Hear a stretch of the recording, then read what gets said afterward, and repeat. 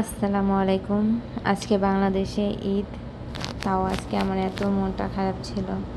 সত্যি কথা বলতে যদি বাবা মাই মেয়ের কষ্টের কারণ হয়ে দাঁড়ায় তখন আর কিছু বলার থাকে না। এই যে এই মাংস নিয়ে ঘটেছে যা ঘটনাটা।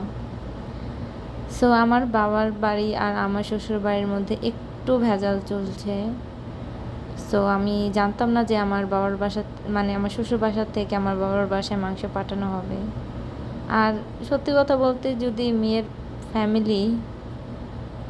মেয়ের কষ্ট না বুঝে, এখানে আমি ইঁদুর গর্ত দেখাচ্ছিলাম, আমার হাজব্যান্ড সিমেন্ট আনছে, সেটা দিয়ে ভরে দেবে।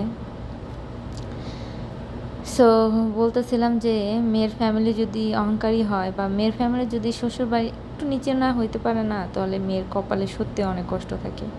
আর আমার ফ্যামিলিটা যা কি বলবো, আমার শ্বশুরবাড়ি যদি একটা কথা বলে, আমার মা সেখানে 10টা কথা শোনায় দেয় তাদের। সো এটাই, গরুর মাংস দিতে গিয়েছিল।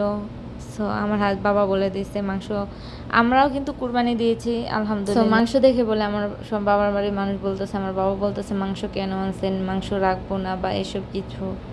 সো এসবের করার কি কোনো দরকার ছিল? আর এটা করলে কি মেয়ে সুখী হয় বা মেয়ের সংসারে সুখ আসে? কি বলবো সত্যি কথা। আর এখানে দেখেন আমার ছেলে রিমোট ভেঙে কি অবস্থা করছে, 3 টুকরো করে ফেলছে। সো এটাই, বাবা মা যদি মেয়ের জীবনে এমন করে তাহলে বলেন মেয়ের জীবনে কি সুখী থাকা হয় বা মেয়ের জীবনে কি শান্তি আসে? ভিডিওটি ভালো লেগে থাকলে লাইক, কমেন্ট, সাবস্ক্রাইব করে আমার পাশে থাকবেন। আল্লাহ হাফেজ।